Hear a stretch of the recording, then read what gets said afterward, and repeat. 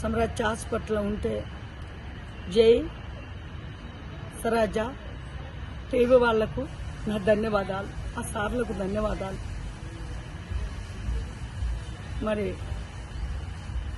ఏ తండ్రులైనా ఏ తల్లులైనా ఎవరైనా ప్రాణం విడిచిపెట్టండి. నా భర్త ఘోరమైన బాధలు ఉన్నాయి,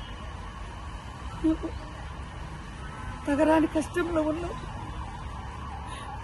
అందరికీ ప్రభుత్వానికి సుత నా తల ఉంచి ధన్యవాదాలు చేస్తున్నా. ఏ తండ్రులైనా ఆర్థిక సహాయం చేయవచ్చు. తండ్రులారా, మేము ఘోరమైన బాధలు ఉన్నాం, ఘోరమైన కష్టంలో ఉన్నాం. రోజు రోజు దినగండానికే బతుకుతున్నాం. అందరు సార్లు మాకు ప్రభుత్వం సుత మాకు సహాయం చేయాలని